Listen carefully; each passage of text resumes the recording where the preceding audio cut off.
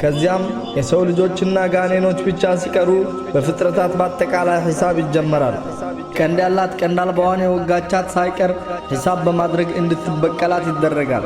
በመጨረሻም እነዚህ ሒሳብ የተደረገላቸው ፍጥረታት በአጠቃላይ አንዲት አፈር ሁኑ በምትለው የአላህ ቃል አፈር በመሆን ሁሉም በቅጽበት ይጠፋሉ።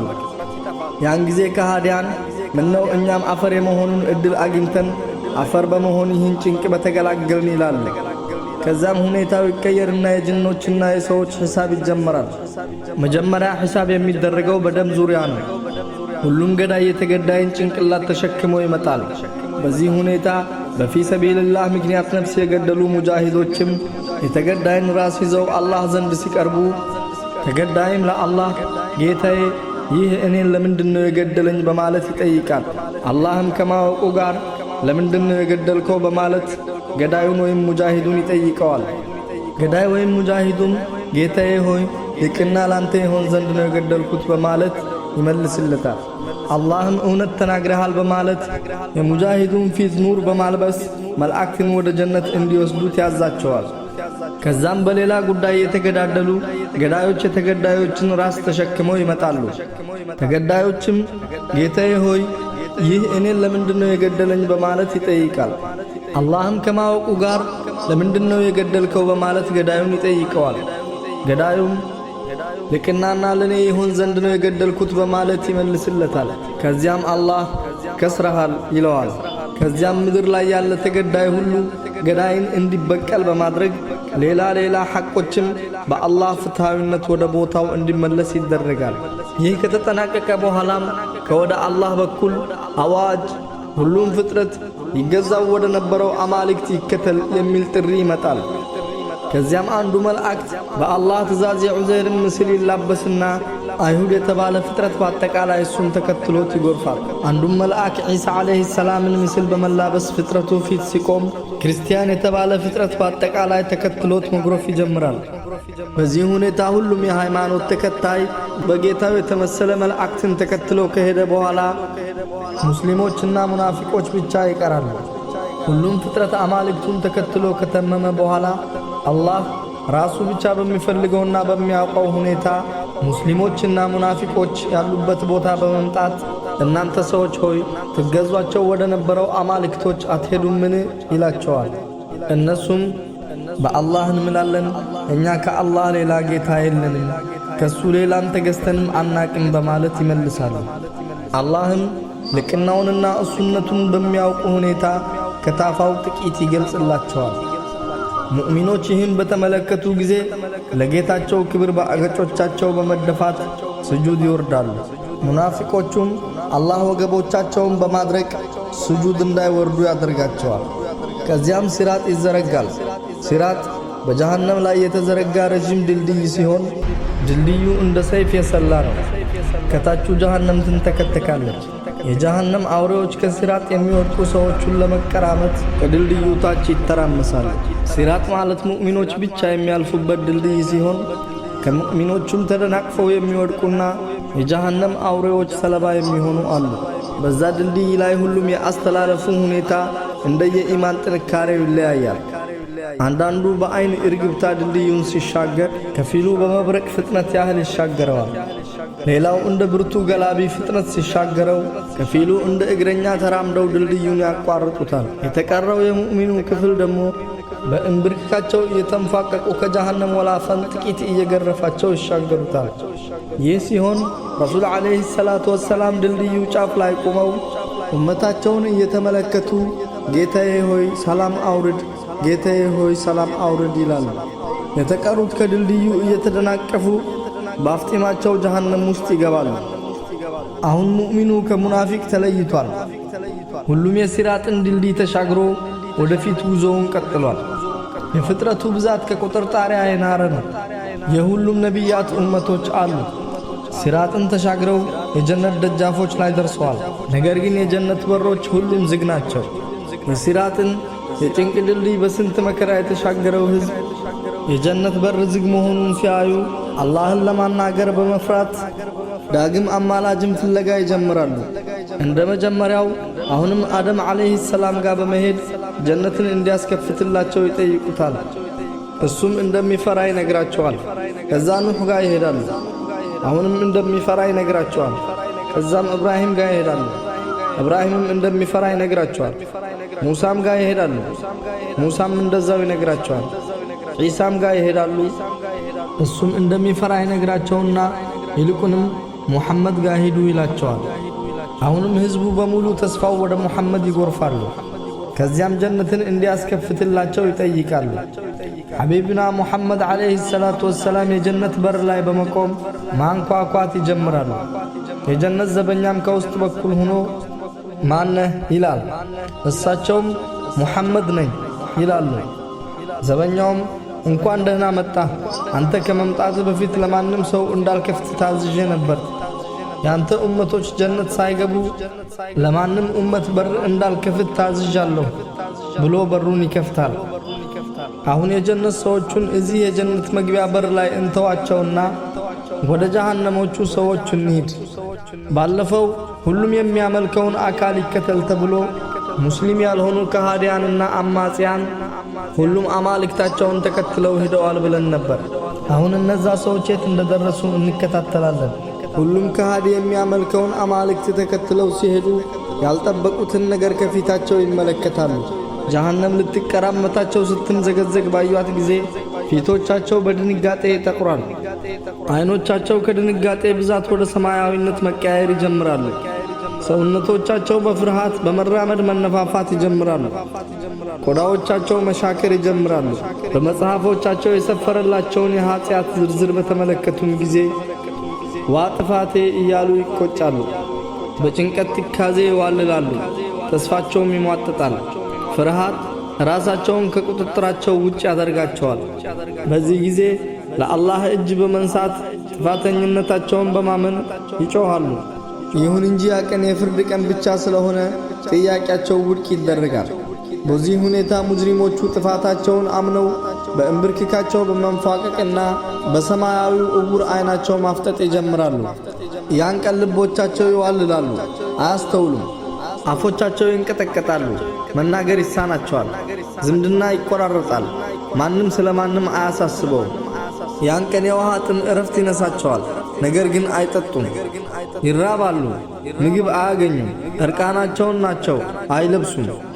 በዚህ ሁኔታ ላይ ሳሉ ድንገት አላህ የጀሃነም ወታደሮችን፣ አጋዦቻቸውን፣ ሰንሰለቶችን፣ መዶሻዎችን ይዘው እንዲመጡ ሲጠራቸው ከጀሃነም በመውጣትና ሰልፍ በመያዝ የአላህን ትእዛዝ ይጠባበቃሉ። ይህን ሁኔታ ሙጅሪሞች ባዩ ጊዜ በቁጭት ጣቶቻቸውን መንከስ ይጀምራሉ። አይኖቻቸው እንባ ያዘንባል። በእግሮቻቸው መቆም እስኪሳናቸው ድረስ ይንቀጠቀጣሉ። ያን ጊዜ ከሁሉም ነገር ተስፋ ይቆርጣሉ። ከዚያም አላህ ለጀሃነም ወታደሮች ያዟቸው፣ እጆቻቸውን ከአንገቶቻቸው ጠፍሯቸው፣ ከዚያም በያዛችሁት ሰንሰለቶች እሰሯቸው ይላል። አላህ ይዘንልን። ይህን የኃያሉን ትእዛዝ የሰሙ የጀሃነም ወታደሮችም አንዱ ሰው ላይ ለሰባ ሆነው ይረባረቡበታል። እጆቻቸውን ከአንገቶቻቸው ከጠፈሩ በኋላ ወፍራሙን ሰንሰለት አንገቶቻቸው ላይ በመጠምጠም ያንቋቸዋል። ከዚያም ግንባሮቻቸውን በመያዝ ወደ ኋላ አዙረው ከእግሮቻቸው ጋር ሲያስሯቸው አጥንቶቻቸው ይሰባበራል። ይህ ሲፈጸምባቸው አይኖቻቸው መንሸዋረር ይጀምራል። የአንገቶቻቸውም ደም ስሮች እጅጉን ይወጣጠራሉ። የትከሻዎቻቸውም ሥጋ መቃጠል ይጀምራል። ሰውነታቸው የተጠመጠመው የሰንሰለት ግለት አናታቸውንና አንጎላቸውን ያንተከትከዋል። የሰንሰለቱ ግለት ቆዳቸውን እየላጠ መሬት ላይ በማንጠባጠብ የውስጠኛውን የቆዳቸውን ክፍል ወደ አረንጓዴነት ይቀይረዋል። በአንገቶቻቸው ላይ የተጠመጠመባቸው ሰንሰለት የትከሻቸውን የማጅራታቸውንና የአንገታቸውን ሥጋ አንጠፍጥፎ መሬት ላይ በማራገፍ የፊት ቆዳቸውን ልጦ ጥርሳቸውን ያንጋጥጣል። ከዚያም ከፍተኛ የሙቀት ኃይልን የተሸከመ ንፋስ የጀሃነምን ወላፈን ይዞ ወደ ሙጅሪሞቹ መንፈስ ሲጀምር እንፋሎቱ በደም ስሮቻቸው ዘልቆ በመግባት ውስጣቸውን ያደርቀዋል። በዚህ ሁኔታ ላይም ሳሉ በአላህ ትእዛዝ የጀሃነም ወታደሮች ለሙጅሪሞቹ ከጀሃነም የመጣ ጥቁር በጣም የሚገማ እጅግ ከርዳዳ በጣም የጋለና ተራራ ላይ ቢጣል ተራራን የሚያቀልጥ የሆነን ልብስ ያለብሳቸዋል። ከዚያም አላህ ለወታደሮቹ ወደ መዘውተሪያዎቻቸው ውሰዳቸው በማለት ትእዛዝ ያስተላልፋል። የጀሃነም ወታደሮችም ከመጀመሪያው ሰንሰለት በላይ ረጅም የሆነና እጅግ ጠንካራ የሆነን ሰንሰለት በማምጣት ሙጅሪሞችን እርስ በርስ ጀርባና ፊት እያደረጉ በማሰር በአፍጢሞቻቸው እየጎተቷቸው በጀሃነም በር ላይ አምጥተው ያሰልፏቸዋል። ከዛም መላእክት ይህች በሷ ታስተባብሉባት የነበራችሁት እሳት ናት፣ ይህ ፊት ትሉት እንደነበራችሁት ድግምት ነውን? ወይስ እናንተ አታዩምን? ግቧት፣ ታገሳችሁም አልታገሳችሁም በእናንተ ላይ እኩል ነው።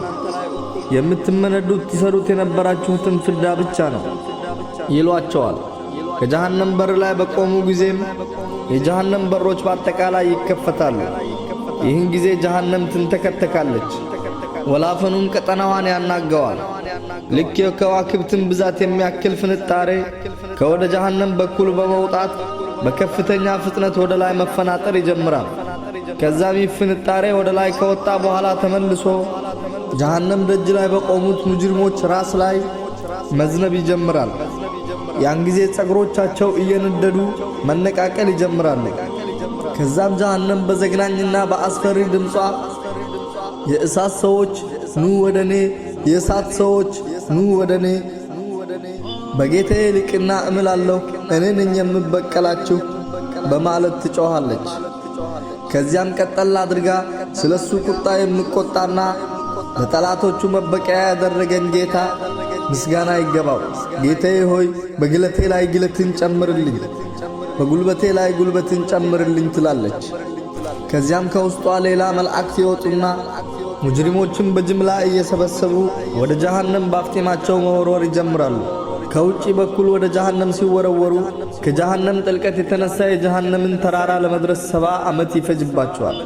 ልክ የጀሃነምን ከፍተኛ ቦታ ላይ እንደወደቁም ከግለቱ ብዛት በአንድ ጊዜ 70 ቆዳ ይቀያየርላቸዋል።